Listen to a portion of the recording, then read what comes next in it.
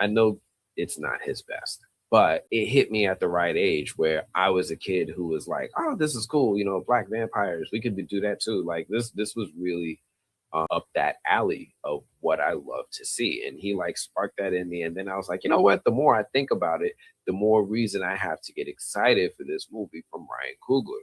And then I started looking at the cast and I'm like, all right, is Michael B. Jordan. He always works for him. And then I'm looking at like, well, wait a minute. Delroy Lindo's up in here? Okay. Wumi?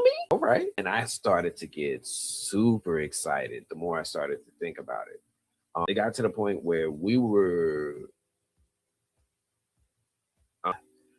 talking to people about how this movie was something that is going to be impactful when it releases, well before it released, like at least 5 months before it released. We are like, wait a minute, Sinners is coming, Sinners is coming. We was like, yo, this is 50 Cent, Sinners is coming, Sinners is coming. You guys got to be careful, Sinners is coming. And this movie delivered. I'm so glad that Warner Brothers let us watch this movie in a big IMAX screen.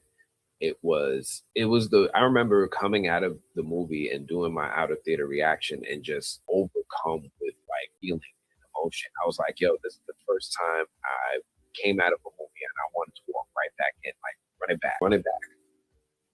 Like I wanted to see that. I wanted to stay in that for a while. And Sinners really became a movie that not only was impactful when it came out, but it like resonated.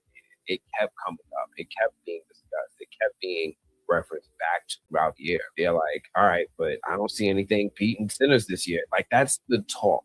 That was the conversation all throughout the year until we started getting into the fall.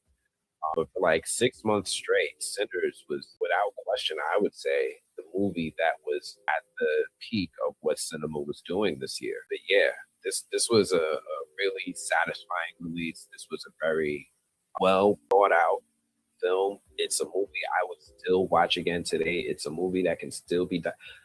I'm gonna tell you guys a story. This movie was so dense and thought out and sprinkled with rich detail.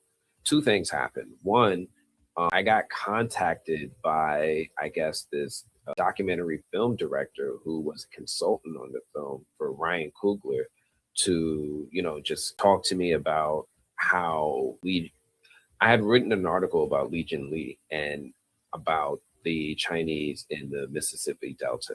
And, we started dialogue about that.